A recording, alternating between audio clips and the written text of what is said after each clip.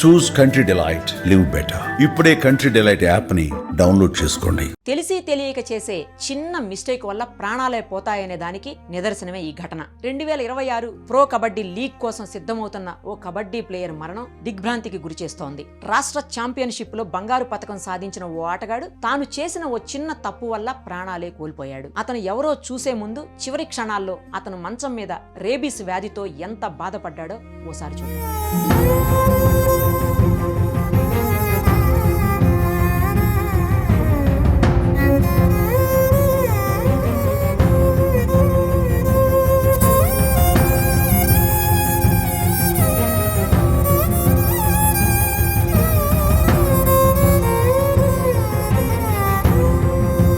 ఇతని పేరు బ్రిజేష్ సోలంకి. బ్రిజేష్ సోలంకికి 22 ఏళ్లు. బులంద్ షహార్లోని కుర్గా నగర్ కొత్తవాలి ప్రాంతంలో ఫరానా గ్రామంలో నివసిస్తున్నాడు. ఇతడు రాష్ట్ర స్థాయి కబడ్డీ ప్లేయర్. గత నెలలో ఒక కుక్క పిల్ల కాలువలో పడిపోయింది. ఆ సమయంలో బ్రిజేష్ దాన్ని బయటకు తీయడానికి కాలువలోకి దిగాడు. అప్పుడే ఆ కుక్క పిల్ల అతడి కుడి చేతి వేలును కొరికింది. ఆ తర్వాత బ్రిజేష్ దానిని నిర్లక్ష్యం చేశాడు. ఎలాంటి యాంటీ రేబీస్ ఇంజెక్షన్ కూడా తీసుకోలేదు. దీంతో రోజు రోజుకు అతడి ఆరోగ్య పరిస్థితి క్షీణించింది. క్రమక్రమంగా బ్రిజేష్ లో రేబీస్ లక్షణాలు బయటపడ్డాయి. తల్లిదండ్రులు ఒకదాని తర్వాత ఒకటి వరుసగా హాస్పిటల్స్ కు తీసుకెళ్లారు. కానీ వైద్యులు చేతులెత్తేశారు. ట్రీట్మెంట్ చేయడానికి కూడా చాలా ఆలస్యం అయిపోయిందని చెప్పారు. దీంతో తల్లిదండ్రులు అల్లాడిపోయారు. ఏం చేయాలో తెలియక తిరిగి ఇంటికి తీసుకొచ్చారు. అనంతరం అతన్ని మంచం మీద పడుకోబెట్టారు. అక్కడ నొప్పితో విలవెల్లాడుతూ బ్రిజేష్ మృతి చెందాడు. కన్న కొడుకు కళ్ల ముందే మృతి చెందటంతో తల్లిదండ్రులు, స్నేహితులు కన్నీరు మున్నీరయ్యారు. రేబీస్ అనేది ప్రపంచవ్యాప్తంగా అంటువ్యాధులకు ప్రధాన కారణంగా ఎడిన్బర్గ్ యూనివర్సిటీ పరిశోధనలో తేలింది. అంటువ్యాధుల వల్ల సంభవించే మరణాల్లో రేబీస్ 10వ స్థానంలో ఉందట. ప్రతి ఏటా ప్రపంచవ్యాప్తంగా దాదాపు 50,000 నుంచి 60,000 మంది రేబీస్ కారణంగా చనిపోతున్నారని తాజా అధ్యయనంలో తేలింది. ఇండియాలో ప్రతి సంవత్సరం రేబీస్ కారణంగా 36% మరణాలు సంభవిస్తున్నాయి. వీటిలో 95 నుంచి 97% కుక్క ఘాటు వల్లే జరుగుతున్నాయట. ఇండియాలో ఏటా సుమారు 17.4 మిలియన్ల కుక్క కాటుల కేసులు నమోదవుతున్నాయి. దీనివల్ల సంవత్సరానికి 18,000 నుంచి 20,000 మందికి రేబీస్ సోకుతుందని ఆ అధ్యయనాలు చెప్తున్నాయి. సో కుక్క ఘాటు వల్ల ఎంత ప్రమాదమో ఇప్పుడు మనం ఎక్స్పర్ట్స్ని అడిగి తెలుసుకుందాం. దీనికి సంబంధించి మనతో మాట్లాడడానికి వెటర్నరీ డాక్టర్ కృష్ణకాంత్ గారు ఉన్నారు. ఒకసారి మరిన్ని డీటెయిల్స్ ఆయన అడిగి తెలుసుకుందాం. సార్ నమస్తే అండి. చాలా చిన్న ఘాటు అతనికి తగిలింది. ఆ కబడ్డీ ప్లేయర్ కి ఏదో బురద మట్టిలో బురద నీటిలో ఇరుక్కుపోయినటువంటి ఆ చిన్న కుక్క పిల్లని తీయడానికి వెళ్తే చిన్న ఘాటు తగిలింది. చిన్నగా కరిచింది. అదంతే. అతను పెద్ద పట్టించుకోకుండా లైట్ తీసుకుని వదిలేశాడు. వదిలేసిన తర్వాత కొంతకాలానికి అతనిలో ఈ రేబీస్ కి సంబంధించినటువంటి వ్యాధి లక్షణాలు బయటపడుతూ వచ్చి చివరికి అతను ప్రాణమే పోయినటువంటి సిచ్యుయేషన్. అంటే రేబీస్ అనేది ఇమ్మీడియట్ గా ఎఫెక్ట్ చూపించదా, లేకపోతే అసలు అది ఎలా ఉంటుంది? దానికి సంబంధించిన డీటెయిల్స్, అంటే చిన్న ఘాటు పడినా లేకపోతే చిన్నగా కుక్క కరిచినా కూడా ఇంత జాగ్రత్త పడాల్సిన అవసరం ఉంటుందా? డీటెయిల్ గా చెప్పండి డాక్టర్ గారు. అదే రేబీస్ అనేది యాక్చువల్లీ స్ట్రే డాగ్స్ పాపులేషన్ లో ఎక్కువ ఉంటుంది. ఈవెన్ క్యాట్స్, ఫెర్రెట్స్ కూడా they can transmit virus. Okay. ఏదైనా స్ట్రే డాగ్ వెంటనే కరిచినప్పుడు ఇమీడియట్ గా మనం ప్రికాషనరీగా ముందు వాష్ చేసేసుకొని దాని తర్వాత దాని రిక్వైర్మెంట్ తగ్గట్టు వ్యాక్సినేషన్ పోస్ట్ బైట్ ప్రొఫిలాక్సిస్ అనేది తీసుకోవాలి. పోస్ట్ బైట్ ప్రొఫిలాక్సిస్ ఏదో చిన్న ఘాటే కదా ఏం అవ్వదు అనేసి నెగ్లెక్ట్ చేస్తే అది ఫస్ట్ ఒక 5 to 20 days అసలు సైలెంట్ ఫేజ్ లో ఉంటుంది. డిసీజ్ అసలు మనకేం తెలియదు.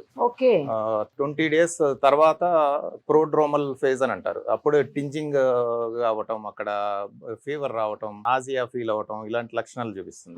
సిమ్టమ్స్ వచ్చిన తర్వాత దాన్ని ట్రీట్ చేయటం కష్టం. సిమ్టమ్స్ రాకముందే ప్రొఫిలాక్టిక్ పోస్ట్ బైట్ ప్రొఫిలాక్సిస్ అనేది తీసుకోవాలి.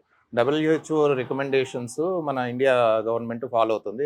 అన్ని పబ్లిక్ హాస్పిటల్స్ లో అన్నిట్లోనూ రేబీస్ రిలేటెడ్ ప్రొఫిలాక్టిక్ మెజర్స్ ఇవన్నీ కూడా ఉన్నాయి.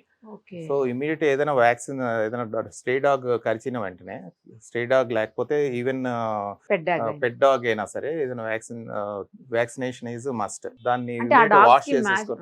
వాటికి వ్యాక్సినేషన్ ఉందో లేదో కూడా మనకు తెలియదు. Stray dogs vaccination, all stray dogs should be treated as unvaccinated. Correct. Even ఇప్పుడు మన గవర్నమెంట్ అన్ని స్ట్రే డాగ్స్ కూడా వ్యాక్సినేషన్స్ ఆపరేషన్ చేసి వ్యాక్సినేషన్ చేసి రిలీజ్ చేస్తున్నా సరే they should be treated as non vaccinated dogs only. దాన్ని బట్టే పోస్ట్ బైట్ ప్రొఫిలాక్సిస్ చేసుకోవాలి. అది కూడా ఒక కేటగిరీస్ వైజ్ గా WHO రికమెండ్ చేసింది.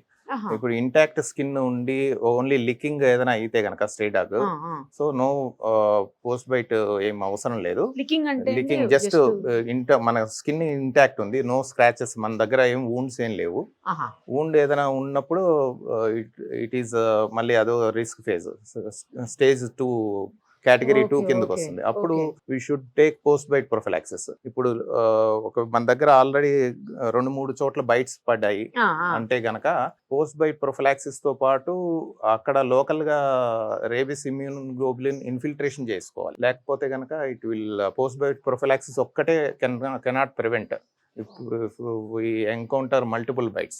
ఇది యాక్చువల్ యానిమల్ రెస్క్యూ, ఈ మనకి యానిమల్ రెస్క్యూ గ్రూప్స్ కానీ ఎన్జిఓస్, ఈ యానిమల్స్ లో పనిచేసే వాళ్ళు లైక్ వెటనరియన్స్, మా workers, we take all prophylactic measures. ముందుగానే వ్యాక్సిన్ చేసుకోవాలి. ముందుగానే childrens schools, childrens rural areas లో కూడా స్ట్రే డాగ్ కరిచింది అనేది ఉంది కదా.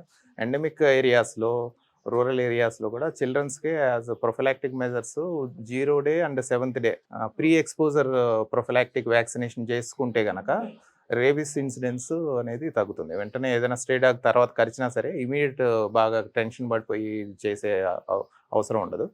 మనం వెంటనే నిదానంగా నెక్స్ట్ ప్రొఫిలాక్టిక్ మెజర్స్ తీసుకోవచ్చు. ఓకే, పర్టికులర్గా ఇప్పుడు ఎస్పెషల్లీ ఈ బ్రిజేష్ అని ఎవరైతే ఉన్నారో ఈ కబడ్డీ ప్లేయర్, ఇతను నెగ్లెక్ట్ చేయటం వల్లనే ఇంత దారుణానికి అవును, అతను అంటే అది చిన్న అది కూడా చిన్న పప్పి, 3 months బిలో పప్పి అనేసి విన్నాను. అది జస్ట్ అది మడ్లో పడిపోయి ఇంజురీ అయిపోయిన దాన్ని పాపం ఇతను సేవ్ చేద్దాం అనేసి ఉద్దేశంతో చేసింది. కానీ ఫార్చునేట్లీ అది బైట్ చేయటం, ఇతనికి ఆ నాలెడ్జ్ ఇది లేకపోవటం, అవేర్నెస్ ఆఫ్ ది రేబిస్ అనేది లేకపోవటం, దాని తర్వాత నెక్స్ట్ ప్రోడ్రోమల్ స్టేజ్ లో అతనికి బైటింగ్ సెన్సేషన్ ఇవన్నీ వచ్చాయి. ఆ టైంలో కూడా నేను వర్కౌట్ చేస్తున్నాను కదా, మజిల్ పట్టేసిందేమో, స్పాజం ఏమో అనేసి అనుకున్నాడు. అప్పుడైనా ఆ స్టేజ్ లో ఉన్నా సరే దేర్ స్టడీస్, కొన్ని స్టడీస్ లో ట్రై చేశారు, అందరిలోనూ సక్సెస్ లేదు. కాకపోతే బట్ కొంచెం 50% ఛాన్సెస్ అయినా ఉంటుంది. సైలెంట్ ఫేజ్ లోనే should be encounter. Silent phase అనేది డిపెండ్స్ ఆన్ హోస్ట్ ఇమ్యూనిటీ. ఇప్పుడు ఎవరికైనా కరిచిందంటే అతని ఇమ్యూన్ స్టేటస్ ని బట్టి వైరస్ స్ప్రెడ్ అవ్వటం అనేది ఉంటుంది. Virus at the last it will take over. Host ఇమ్యూనిటీని ఎలాగైనా సరే టేక్ ఓవర్ చేస్తుంది. ఇట్ మే టేక్ కొందరిలో 20 days, కొందరిలో more than 1 year కూడా. 1 year తర్వాత కూడా ఎఫెక్ట్ చూపిస్తుంది. కేరళలో కొన్ని విన్నాం మేము. సో ఏదైనా ఇట్లాంటివి జరిగితే ఇమ్మీడియట్ గా అట్లీస్ట్ దాన్ని గీత పడినా కూడా ఈవెన్ స్క్రాచ్, ఈవెన్ లిక్కింగ్ ఉన్నా సరే టిటనస్ ఏదో ఒకటి వాష్ చేసేసుకోవాలి ముందు. ఫస్ట్ కార్బోలిక్ యాసిడ్ సోప్ తోటి, యాక్చువల్ లైఫ్ బాయ్ సోప్, ఇలా కార్బోలిక్ యాసిడ్ సోప్స్ తోటి వాష్ చేసేసుకుంటే అక్కడ శానిటేషన్ అవుతుంది ఆ ఏరియా. తర్వాత ఇమీడియట్ గా పోస్ట్ బైట్ ప్రొఫిలాక్సిస్ తీసుకోవాలి. సో నెగ్లిజెన్సీ అయితే తెలియక, మెయిన్ అవేర్నెస్ లేకపోవడం. కానీ ఇన్ని రోజుల తర్వాత కూడా ఎఫెక్ట్ చూపిస్తుందని జస్ట్ వెంటనే ఇమీడియట్ గా ఏమన్నా అయిపోద్దేమో అనుకుంటారు, కానీ జనరల్ గా రేబీస్ అనేది ఇంత లేట్ గా కూడా ఎఫెక్ట్ చూపిస్తుందని ఎవరికి తెలియదు డాక్టర్ గారు. కేవలం రేబీసే ఇతన మరణానికి కారణం రేబీస్, వేరే ఏం లేదు. రేబీస్ అతను మనం చూసిన సోషల్ మీడియాలో చూసిన ఈ entered in to the acute neurological phase. అది దాంట్లో హాలుసినేషన్స్ వస్తాయి, he cannot control his body, aerophobia, air inhale చేసుకోవడానికి కూడా భయం వస్తుంది, వాటర్ తాగడానికి హైడ్రోఫోబియా వస్తుంది. సో అల్టిమేట్ గా ఏంటంటే రెస్పిరేటరీ అరెస్ట్ అవుతుంది, మజిల్స్ అన్ని ప్యారలైజ్ అయిపోతాయి, రెస్పిరేటరీ అరెస్ట్ తోటి డెత్ ఉంటుంది. కొన్ని కేసెస్ లో patients will go in to coma irreversible in this case. Rabies అంటే రేబీస్ లో కుక్కలాగా బిహేవ్ చేస్తారు, కుక్కలాగా అరుస్తారు, కుక్కలాగా బైట్ చేస్తారు, కరుస్తారు, ఇట్లా అంటుంటారు, నిజమా అండి అది? అదే అంటే ఆ symptoms it will mimic like A dog. అదే లైక్ డాగ్ లా చేస్తారు. కంప్లీట్ అలా ఉండదు, కొన్ని వీడియోస్ లో మరి ఎక్కువ సర్క్యులేట్ అవడం వల్ల అలా ఉంటుంది. మరి డాగ్ బైట్ లాగా చేయటం అలా ఉండదు. కాకపోతే హౌలింగ్ సౌండ్ అయితే వస్తుంది, హాలుసినేషన్ రిలేటెడ్ గా వస్తుంది. Because nervous system complete effect అవుతుంది. ఒకళ్ళలో ఒక్కొక్క సౌండ్స్, హౌలింగ్ సౌండ్స్ వస్తూ ఉంటాయి. డాగ్ హౌల్ చేస్తాయి కదా, అదే సౌండ్స్ వస్తాయి ఆ టైప్ లో. తర్వాత అది కొంచెం చొంగ చొల్లులా కారుస్తుంది అట్లాగే చేస్తారు వీళ్ళంటారు, నిజమేనా? అవును, because muscles salivary gland control చేసే మజిల్స్ కూడా ప్యారలైజ్ అయిపోతాయి. సో సెలవరీ సిక్రేషన్స్ అన్ని హోల్డ్ అవ్వాల్సింది ఇట్ విల్ రూల్. అంటే ఇంకా సేమ్ లైక్ డాగ్ లాగా yeah, బిహేవ్ yeah, చేస్తారు, అంతే కదండి? yeah. Thank you. ఏంటంటే ముందు మీరు చెప్పిన దాంట్లో క్లియర్ గా ఫస్ట్ ఇలాంటిది ఏమైనా జరిగితే ఇమ్మీడియట్ గా వాష్ చేసుకోవడం ఫస్ట్, తర్వాత డాక్టర్ అంతే కదా? అవును. Thank you so much. Suman టీవీలో మీ పర్సనల్ అండ్ బిజినెస్ ప్రమోషన్స్ కోసం కింది నెంబర్కి కాంటాక్ట్ చేయండి.